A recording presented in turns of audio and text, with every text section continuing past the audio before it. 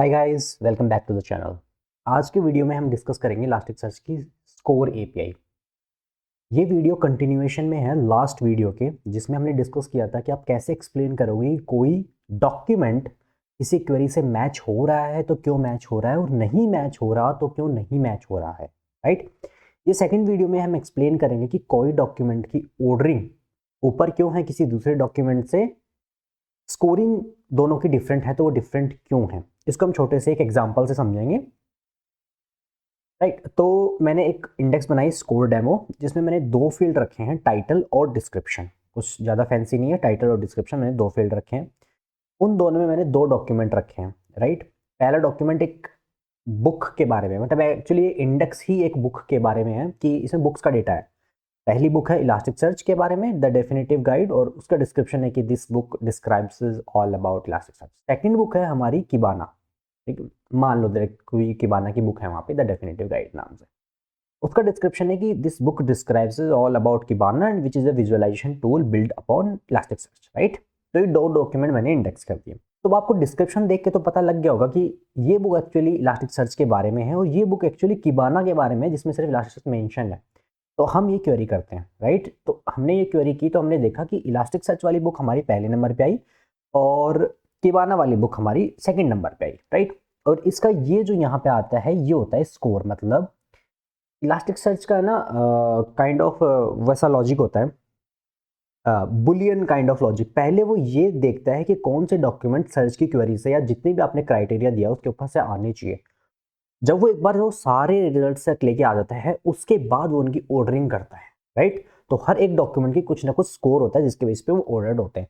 यहाँ पे max score आता है, जहाँ पे कि सबसे जो फर्स्ट डॉक्यूमेंट है उसका स्कोर होता है यहाँ पे। राइट। तो दो डॉक्यूमेंट आए, एक का स्कोर है 0.69 और एक का डॉक्यूमेंट का स्कोर है 0.15। राइट। यहाँ तक सब कूल है। अब हमें ये देखना है कि इस डॉक्यूमेंट का स्कोर 0.69 बना कैसे और इसका 0.15 बना कैसे। राइट। उसके लिए आपको कुछ नहीं करना होता, उसी क्वेरी के अंदर एक पैरामीटर अपेंड कर देना होता है, explain equals to true, that's it. ये हमने किया। राइट। हमने किया और रिजल्ट आ गया, और इसका रिजल्ट है ना बहुत ही, मतलब डिपेंडिंग ऑन कि कितने रिजल्ट सेट मंगा रहे हो, राइट, किस तरीके की क्वेरी है, बहुत बड़ा हो सकता है इसका रिजल्ट। तो मैं आपको एक टेक्निक बताता हूँ, इसे समझते कैसे, और कुछ कॉमन यूज टर्म्स के बारे में बताऊंगा। आप उसको एक्स्ट्रापोलेट कर पाओगे अपने आप से। तो सबसे पहले क्या करना, आप इसको कंट्रोल A कंट्रोल C कर लेना। राइट। कॉपी कर लेना, और उसके बाद में एक वेबसाइट है जेसन एडिटर ऑनलाइन। वो क्या करता है, उसको आप ऐसे जेसन दे दोगे ना, तो उस जेसन को ट्री फॉर्मेट में बना देता है, इस तरीके से ट्री। तो ये जेसन का ही फॉर्मेट है, बस ये यहाँ पे दिखाई दे रहा है। जैसे यहाँ पे ये हिट्स वगैरह है, तो ये हिट्स है, इसके अंदर है। तो हमें कहाँ जाना है, हमें देखना है हर डॉक्यूमेंट की एक्सप्लेनेशन। तो ये आपको मिलती है उसी डॉक्यूमेंट में। सोर्स में तो ये होता है उस डॉक्यूमेंट का सोर्स क्या है, क्या क्या फील्ड हमने मंगवाए हैं। राइट। उसके नीचे होती है एक्सप्लेनेशन। तो ये होगी हमारी एक्सप्लेनेशन। इसमें बता रखा कि टोटल वैल्यू स्कोर ये आई है। राइट। अब आपको धीरे धीरे ट्री के नीचे बढ़ते हुए जाना है। राइट। पहली चीज हमने क्या की, यहाँ पे देखो, तो हाईलाइट कर लेता हूं, ठीक है। यहाँ पे देखो ये बोल रहा है कि मैक्स ऑफ, किस चीज का मैक्स ऑफ। राइट। तो ये मैक्स ऑफ होगा आपका यहाँ पे, इसमें इसकी डिटेल्स होंगी। राइट।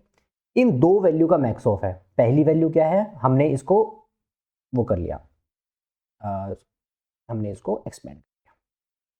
तो ये क्या बोल रहा है, इन दोनों में से जो मैक्स ऑफ होगा ना वो फाइनल स्कोर होगा। पहला मैक्स ऑफ क्या है कि टाइटल के अंदर इलास्टिक सर्च का जो वेट है पर फील्ड सिमिलैरिटी, ये सिमिलैरिटी क्लासेस होती है कि कोई डॉक्यूमेंट अगर मैच हुआ है तो उसका स्कोर किस तरीके से कैलकुलेट होना चाहिए।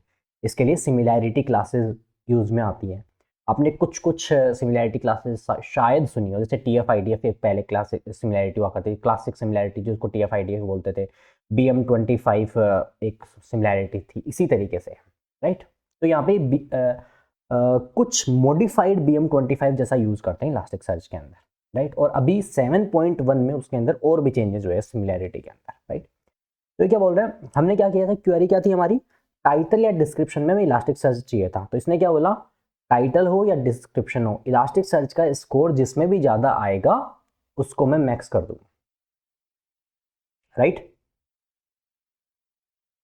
अब क्या किया इसने, अब हम देखेंगे कि ये स्कोर जो 0.69 बना है टाइटल का, मैं टाइटल का एक्सप्लेन करूंगा, डिस्क्रिप्शन का भी उसी तरीके से होगा। ये बना कैसे, इसकी डिटेल है यहाँ, राइट। तो इसकी डिटेल में ये चीज़ें इंक्लूड हुई हैं। इसकी वैल्यू 0.69 आई, डिस्क्रिप्शन। इसका स्कोर कैसे निकाला इन्होंने, computed as boost into IDF into TF, right. अब ये टर्म्स देखेंगे कि टर्म्स कैसे निकाली है। इन तीनों टर्म की रिजल्ट यहाँ पे है। पहला बूस्ट, पहले इलास्टिक सर्च का बाय डिफॉल्ट बूस्ट 1 हुआ करता था, बट इलास्टिक सर्च का IDF कैलकुलेट करने का जो तरीका था ना, उस तरीके में एक फॉर्मूला हुआ करता था, जैसे ये है यहाँ पे।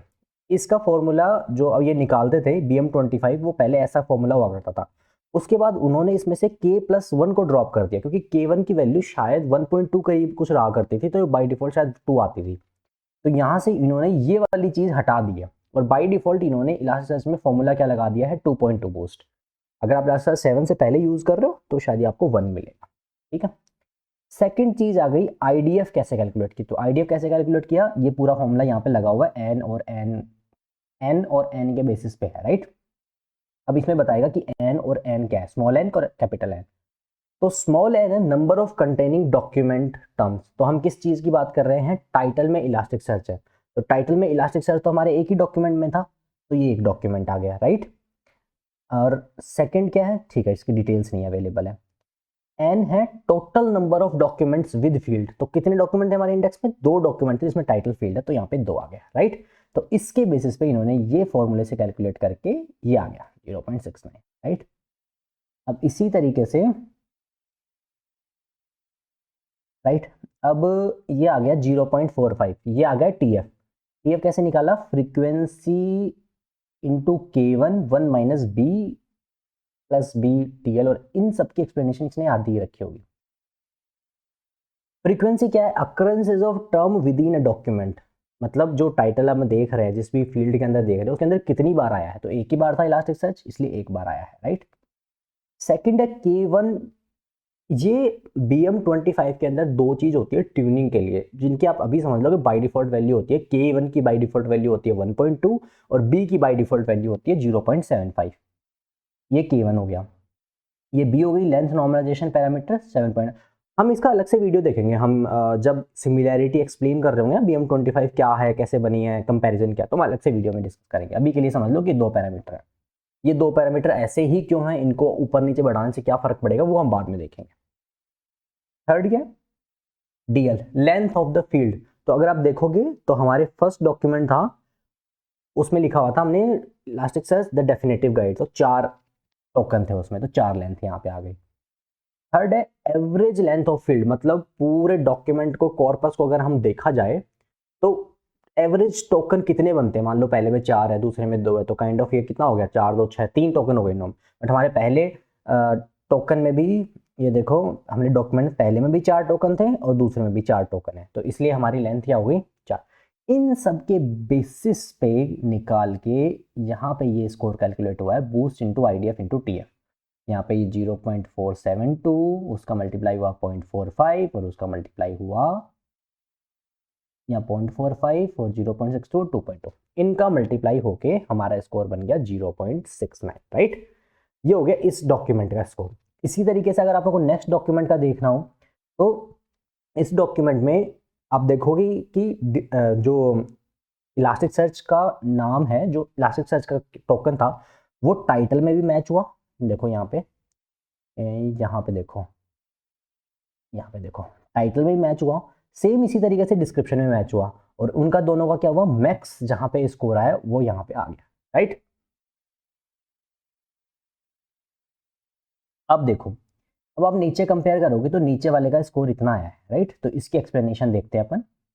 इसकी एक्सप्लेनेशन में आया डिटेल्स ऑफ मैक्स ऑफ, एक ही, क्योंकि इसमें एक ही फील्ड में था तो एक फील्ड में मैच हुआ। अब इसका पूरा स्कोर निकालने के लिए इन्होंने क्या किया, इन्होंने इसका स्कोर निकाला, राइट। तो सेम चीज़ यहाँ पे आ गई, boost into IDF into TF। अब इन्होंने ये निकाला, ठीक है। बूस्ट मैंने बताया था बाई डिफॉल्ट 2.2 हो गया है इलास्टिक 7 के बाद में, और उसके बाद में इसकी IDF इतनी निकली है 1.82, जो कि इस फॉर्मूले से निकल गई है। और ऊपर देखोगे तो IDF कितनी थी इसकी,